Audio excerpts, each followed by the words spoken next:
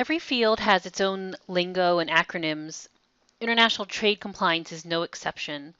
Let's break down the most basic acronyms you'll need to understand if you are sending goods, technology, or software out of the United States, or sharing technology or software with foreign nationals within the US.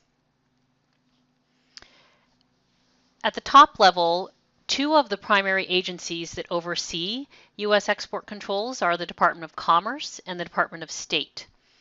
So underneath that are two agencies. On the commerce side, BIS, or the Bureau of Industry and Security, is the primary agency, and on the Department of State side, it's the Directorate of Defense Trade Controls, or DDTC.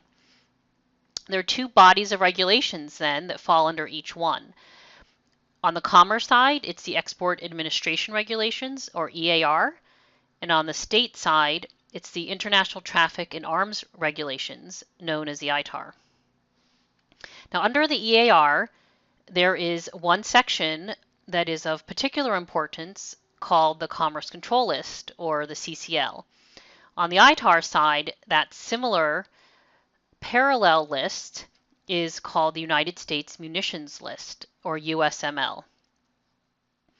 These have different constructs, and under the CCL, there are export control classification numbers known as ECCNs, and on the USML side, they are simply referred to as the USML category.